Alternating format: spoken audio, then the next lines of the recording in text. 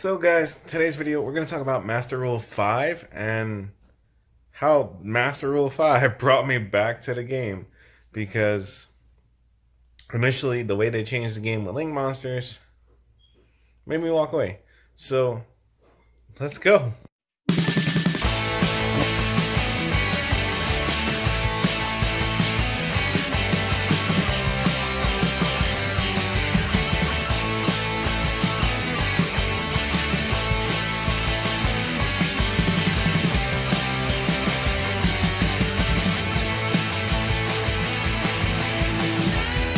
What's up guys? So for today's video we're going to be talking about the new Master Rule 5 or Master Rule that came into effect April 1st.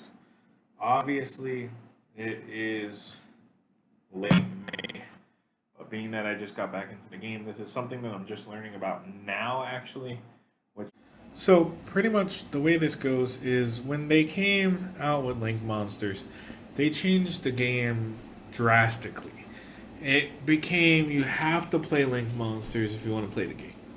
And I wasn't okay with that. I really didn't like the fact that I couldn't play my decks that I was playing already without adding these new cards. Like, these decks might not have been 100% top tier, but they were good decks. They were quick decks, and I didn't want to have to spend money on these new cards that I wasn't even too sure were going to stick around too long. Obviously, I was wrong. They stuck around. But this Master Rule 5 kind of redid most of the damage that I think Link Monsters coming out caused. Obviously, there's certain things that aren't going to go back, but Master Rule 5 definitely was the reason I joined the game again, because now I can play most of the decks I used to play and not have any restrictions as to how I play them or what has to be in my extra deck to play them. So that's important. It was one of the big questions I had when we were playing Dueling Nexus, why people were able to fusion summon, synchro summon, and exceed summon to their normal main monster zones and not have Link Monsters on the board. So pretty much what had happened is April 1st, they changed the ruling so you don't need Link Monsters in the extra zone to fusion summon, synchro summon, or exceed summon your creatures from the extra deck as long as the cards are face down in your extra deck. So apparently there is a way to get one of these three or all of these three face up in your extra deck. Unfortunately, the new ruling doesn't pertain to pendulums or link monsters unless you're penduluming from your hand. Yeah, when special summoning from outside the extra deck, they will be special summoned to the main monster zone. So if you are summoning from your hand, they will go to your main monster zone. Otherwise, they will need a link monster, and you'll have to put them in the spaces where the link arrows are pointing. But, plus side, this opens up a lot of places for your synchro decks, your fusion exceeds, like decks that don't run pendulums. You don't have to run link monsters now to play these decks, which is great. So we might revisit a couple of the decks that I deeply love, that I love playing from back in the day. Maybe we'll make some battery men or something like that from back in the day, and we'll see how that goes.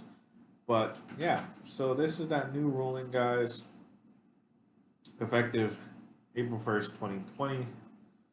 And pretty much this is just a band-aid for what they did, because they gave us Link Monsters way back when, and then I guess enough people complained about it, or enough people didn't like the way it was playing, because initially the Link Monsters were to slow down the game.